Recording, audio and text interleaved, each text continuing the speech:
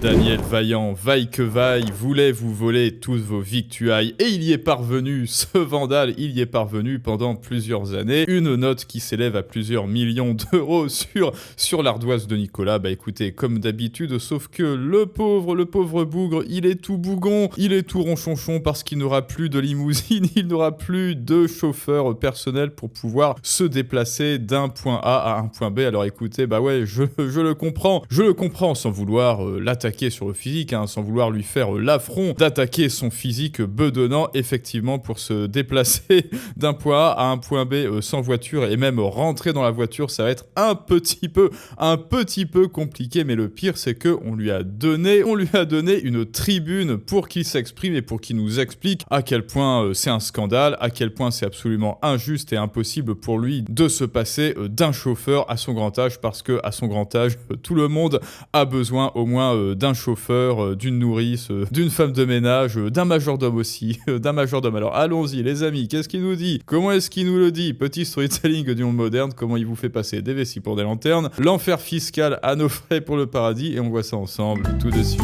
Pascal Pro qui nous dit: je n'ai pas conduit depuis 25 ans, comment vais-je faire? L'année commence et déjà le prix de l'humour politique 2026 est attribué. Ça a tenu 2 heures. Daniel Vaillant, ministre de l'Intérieur durant 1 an et 8 mois entre 2000 et 2002, donc gouvernement Jospin, a plié le match avec 8 000 euros de retraite, 8 000 euros de retraite depuis les années 2002. Génial, j'espère que tu es très content, Nicolas. Combien de millions d'euros engloutis année après année pour entretenir une bourgeoisie d'État coupée du réel, installée dans le confort public? Bon, écoutez, on va regarder, soyons francs jeu, écoutons ce que notre ami de toujours, puisque nous sommes liés par l'argent, a à nous dire. C'est mes officiers de sécurité qui m'ont dit, bah écoutez, voilà, c'est fini. Bon, voilà, moi je veux pas... C'est fini, un petit contexte pour baisser, oh mon Dieu, baisser la dépense publique, c'est bon, les Français ont enfin été entendus, eh bien, c'est la fin des privilèges des anciens ministres. Et bon, bah écoutez, c'est évidemment une goutte d'eau dans l'océan parce qu'il faudrait affouer à la ministre, mais bon, au moins, c'est un chauffeur de moins pour nous. Polémiquer avec ça, j'ai jamais été pour les privilèges, hein. Je suis socialiste. Je n'ai jamais été pour les privilèges, mais en revanche, je veux bien un chauffeur. Cela fait 20 ans, plus de 20 ans que j'ai un chauffeur, ça je veux bien. Ça fait plus de 20 ans que je profite de l'argent de Nicolas, ça je veux bien. Ça fait plus de 20 ans que j'ai une retraite à 8 000 euros par mois à partager, semble-t-il, des petits déjeuners avec Gérard Larcher, en mangeant des petits fours avec lui, en mangeant de belles viennoiseries et autres pâtisseries, et en mangeant le pâtissier aussi, tiens. En mangeant le pâtissier, je pense qu'il a mangé, effectivement. Tiens, tant qu'on y est, ça en revanche, même si je suis socialiste, je prends. Je le reste, et j'ai toujours dit... C'est, voilà, socialiste, je le reste, du socialisme d'apparat, exhibition de vertu d'apparat, regardez ce que je dis, ne regardez pas ce que je fais, ça, on est bien dans la politique franco-française, ne regardez pas ce que je fais, jamais je ne boirai ma propre médecine, ce qui compte, c'est ce que je dis, alors taxer les riches sont méchants, je suis socialiste, taxer les millionnaires d'argent privé, et en revanche, eh bien moi, je reste un millionnaire d'argent public. Sur le dos des millionnaires du privé, elle est pas belle la vie, et vive la France. Si c'est pour tout le monde pareil, je n'ai rien à dire. Si c'est un choix politique, là, ça pourrait poser un petit problème. En tout état de cause, qu'est-ce que ça va changer pour vous? Concrètement, vous n'avez pas conduit depuis 25 ans? Ah ben oui, oh mon Dieu. Oui, c'est totalement vrai. J'ai 76 ans, je suis pas hyper vieux, mais je suis pas en bonne santé. Bon, ma femme, pour être très claire, me dit... Je veux pas que tu reconduises. Ah bah oui, mais alors comment je fais, moi? Bon, donc vous voyez, c'est un changement de vie, hein. Voilà, je doute un peu de la manière dont tout ça est fait. Je doute un peu de la manière dont tout cela est fait.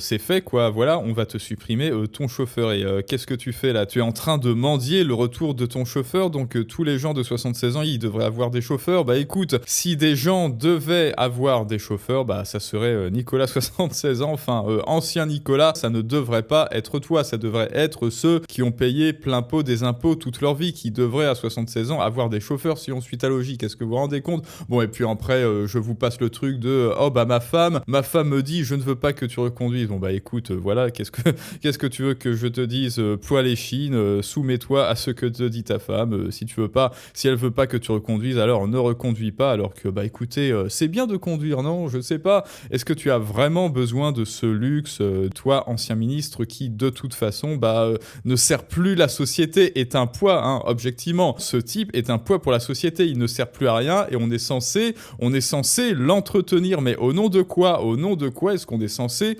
entretenir les anciens ministres? Bah alors ok, il aura cotisé peut-être, je sais pas à quel point cotisent les anciens ministres pour leur retraite. Bah voilà, ils touchent, alors sans parler évidemment de la retraite par capitalisation, etc., bah voilà, il devrait toucher la retraite à laquelle il aurait cotisé, mais certainement pas des avantages, hein, et il devrait être d'accord avec ce système-là, puisqu'il le dit si bien, il le dit, et en tant que politicien hautement cohérent, et bien voilà, il devrait accorder sa parole et ses actes, il devrait être d'accord pour refuser de toucher une retraite à 8 000 €, plus avantages, plus chauffeur, plus, je crois, il a un agent de sécurité accrédité. Enfin bref, tout ça, c'est pour votre pomme et on est censé l'entretenir jusqu'à sa mort. Mais au nom de quoi, étant donné qu'il n'apporte plus aucune valeur à la société? Et alors après, vous allez me dire, bah oui, mais les retraités aussi.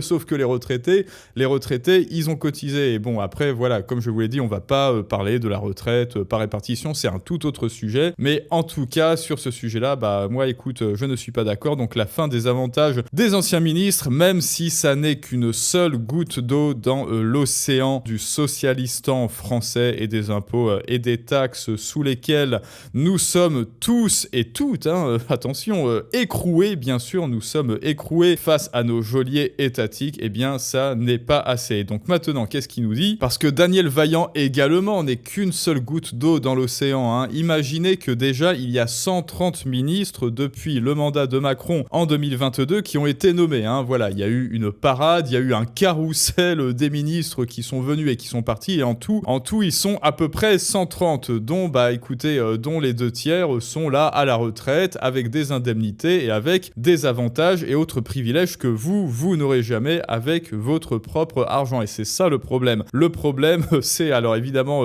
la qualité, un petit peu comme l'immigration en fait, hein. Le problème des politiciens en France, c'est comme l'immigration, c'est la qualité et la quantité des politiciens. Et là, on a énormément de parasites du haut que nous devrons entretenir toute leur vie, pendant toute leur retraite dorée. Bien sûr, combien y a-t-il, et maintenant c'est la vraie question, combien y a-t-il de Daniel Vaillant en France? Combien de millions d'euros? Moi je dirais plutôt des dizaines de millions, hein, année après année, engloutis pour entretenir... Ah oui, en fait c'est ça. En fait c'est ça, Daniel Vaillant a englouti tous les millions d'euros, mais c'est ça en fait. Mais où est passée la dette? Où est passé l'argent? Les caisses de l'État sont vides, et ben voilà, il est dans le ventre et de Larcher et de Vaillant. Maintenant, nous savons, soyons justes, Daniel Vaillant est honnête. Oui, effectivement, il se livre à nous honnêtement. Qu'est-ce que je vais faire, moi, pauvre petit socialiste, sans chauffeur, sans agent de sécurité, alors que tout le monde l'a oublié, bien sûr. Il dit tout haut ce que beaucoup pensent tout bas, c'est-à-dire, lisons-le jusqu'au bout, même si moi je ne suis pas d'accord, ça fait des décennies que vous m'entretenez, vous n'avez rien dit, et aujourd'hui, sans prévenir, vous voulez supprimer ce que vous avez vous-même consenti. Bah écoutez, oui, on l'a entretenu, mais maintenant c'est fini, c'est précisément là le drame français. Ok, donc selon lui, le drame français, c'est de ne pas avoir prévenu le pauvre, le malheureux socialiste. Passons, Daniel Vaillant est une fois de plus la pauvre victime qui se fait retirer ses privilèges. Il est le produit d'une élite gâtée par l'impôt, oui, effectivement, habituée à vivre hors sol, pendant que les Français, eux, comptent chaque euro. Oui, ça, en revanche, c'est vrai. Un système, un empilement de privilèges devenus normaux jusqu'au jour où la facture devient insupportable pour le pays. La République n'a pas besoin de rente, elle a besoin d'exemplarité, et c'est urgent. Et moi, je me demande bien, quand est-ce que vos politiciens vont devenir exemplaires? Bah écoutez, réponse jamais. Ne vous faites pas d'illusions, ne vous donnez pas d'espoir, ne vous bercez pas d'illusions et autres rêves humides où un beau jour, les fonctionnaires entretenus par de l'argent public vous diront « Oui, nous vous avons avons écouté les Français, maintenant on va supprimer nos avantages et nos privilèges. Cela n'arrivera pas. Évidemment qu'un économiste subventionné par vos impôts va vous expliquer par A plus B que les impôts c'est formidable. Évidemment qu'un haut fonctionnaire qui est entretenu par la dépense publique va vous dire non, il faut absolument pas baisser la dépense publique, ça n'est pas ça. Le problème, évidemment, qui va mettre ça sous le tapis. Qu'est-ce que vous croyez? Ils vivent de ça. Jamais, au grand jamais, ils ne se remettront en question et jamais personne ne baissera, à part quelqu'un de très courageux, et bien comme un Javier Milei ou une Sarah Knafo. Et voilà, en fait, tous les pays maintenant, enfin presque tous les pays d'Amérique du Sud, et bien voilà, il faudrait un courage libertarien et plot twist, le libertarianisme, la France en est très loin et je dirais même extrêmement loin. C'est fou, l'idée de payer un service ou un bien pour conserver leurs privilèges ne leur vient même pas à l'esprit. Avec un bide pareil, ça lui fera du bien de marcher un peu. Effectivement, il n'y a pas que la voiture dans la vie, tu sais, vaillant aussi, tu es si vaillant que ça, et bien comme on l'a dit au tout début, vaille que vaille, commence la marche inclinée, mets-toi au sport. Non, voilà, tu vois ces 8 000 €, investis dans du matériel sportif et tu verras que peut-être que tu redeviendras un petit peu plus productif. Je n'ai jamais été pour les privilèges, mais ça fait 25 ans que j'en profite et je ne les ai jamais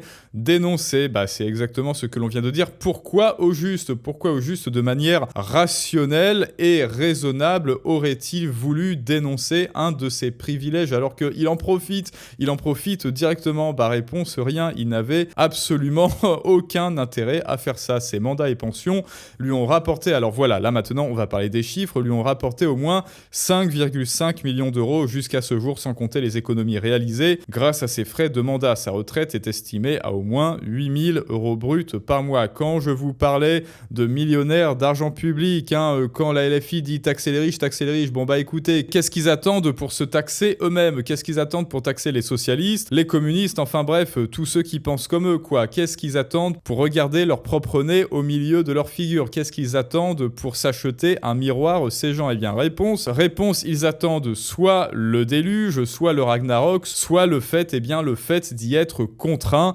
physiquement, parce que c'est ça la dure réalité, mes amis, ils ne feront rien tant qu'ils n'y seront pas contraints physiquement, et c'est exactement ce qui va se passer. Et si vous voulez, quelques autres chiffres, alors voyons, qu'est-ce que nous avons là? Le coût total des voitures avec chauffeur pour les ex-ministres, dont Vaillant, a été estimé pour une seule année, à 1,5 million d'euros. C'est pas mal. Supposons 24 chauffeurs pour tous les anciens ministres. Ça fait 65 000 € de chauffeurs par an à la charge, non pas de l'État, je suis désolé, mais à la charge de Nicolas. Ensuite, il y a effectivement la protection policière. Là, on en est à 3 millions d'euros. Salaire des officiers, matériel, disponibilité. Si on répartit ce montant entre les 17 ex-ministres concernés, cela donne une charge annuelle moyenne de 215 000 € chacun pour leur protection. Donc voiture chauffeur plus protection policière, cela fait 245 000 € par an pour leurs privilèges et c'est beaucoup trop. Mais en même temps 245 000 €, c'est comme on l'a dit une goutte d'eau dans l'océan. Donc conclusion, n'attendez pas le messie de ceux qui vous dirigent pour attendre un monde meilleur. C'est à vous maintenant et surtout en 2026